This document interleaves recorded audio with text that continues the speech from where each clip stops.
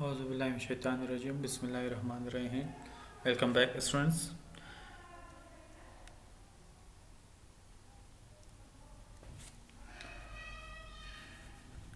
Chapter 2, Making of Pakistan. Okay, students, the next title is about Cripps Mission 1942. After passing of the Lahore Resolution, Hindus' hostility towards Muslims increased further. During the World War II, England faced tough fight from Japanese forces. Therefore, England needed cooperation of an Indian people.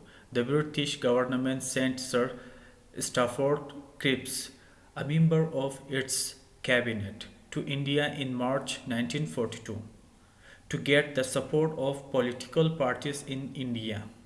After dialogues with the Congress and Muslim League, Cripps published his draft declaration on 30 March 1942, which later named as a Cripps proposals. Following are its main points. अच्छा, इसमें ये कहा गया कि Cripps mission जो था 1942 में 1942 में करारदाद लाहौर के बाद या करारदाद पाकिस्तान के बाद रिश्ता दुनिया और बढ़ गई करारदाद लाहौर के बाद हिंदुओं की रिश्ता दवानिया और बढ़ गई। जंग अजीम दुइम के दौरान सेकेंड वर्ल्ड वॉर ठीक है के दौरान बरतानिया को जापान की तरफ से जो शदीद मुज़ाहिमत मिली, इसकी वजह से बरतानिया हिंदुस्तानी अक़वाम की फ़ौजी खिदमत हासिल करने पर मजबूर हुआ। जब सेकेंड वर्ल्ड वार हुआ तो यानी जर्मनी की हुकूमत पर ज़्यादा दबाव था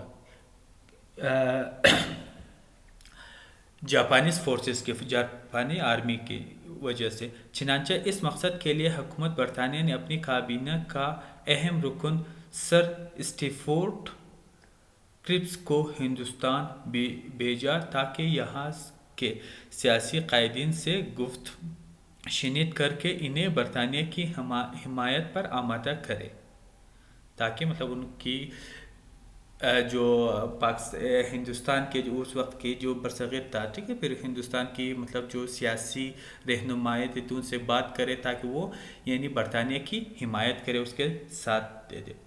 क्रिप्स मिशन का ने कांग्रेस और मुस्लिम लीग दोनों का इकाबरीन के मौक़िफ़ सुना और बलाखिर 30 मार्च 1942 को एक अलामिया जारी किया जिसे क्रिप्स तजावीज़ का नाम दिया गया।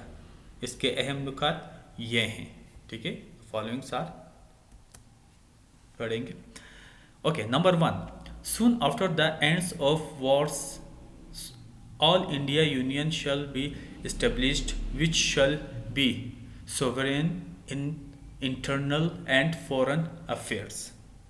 जंग के खात्मे के बाद हिंदुस्तान की सतह पर ऑल इंडिया यूनियन कायम की जाएंगी जो दाखिली व खारिजी मामलात में खुद मुख्तार होंगे। Second, fresh elections will be held in all the provinces. The elected members of provisional assemblies will elect a central legislative assembly which will formulate constitution for India. सूबों में नए इंतखाबात करवाए जाएगी। सूबाई असम्बलियों के मुंतखब अरकान एक मरकज़ी आइन साज असम्बली की तश्कील करेंगे जो हिंदुस्तान का आइंदा आइन तैयार करेंगे। Number 3, the provinces intending to join the All India Union or the Legislative Assembly could do so with 60% majority votes of the respective provincial assembly. Otherwise, the provinces will decide their further through their majority votes. Non-acceding provinces can formulate their own separate constitution or can form their own union. This union will have dominion dominion status like the Indian Union. जो सूबे all India union या दस्तूरसाज assembly में शामिल होना चाहेंगे वो सूबाई assembly के 60% अक्सरियत के फैसले पर शमूलियत हासिल करेंगे। बसूरत दिगर सूबे कसरत राय से अपने मुस्तकबिल का फैसला करेंगे। यूनियन इससे अलग रहने वाले सूबे अलग अलग या एक नौ आबादी के तौर पर अपना आइन बनाएंगे। इन्हें ऑल इंडिया यूनियन की तरह का रुतबा हासिल होगा। Number 4, during the war and till the framing of new constitution, the British government shall be responsible for the defense of India. जंग के दौरान और नए दस्तूर की मंजूरी तक हुकूमत बरतानिया हिंदुस्तान की दिफा का जिम्मेदार होगा।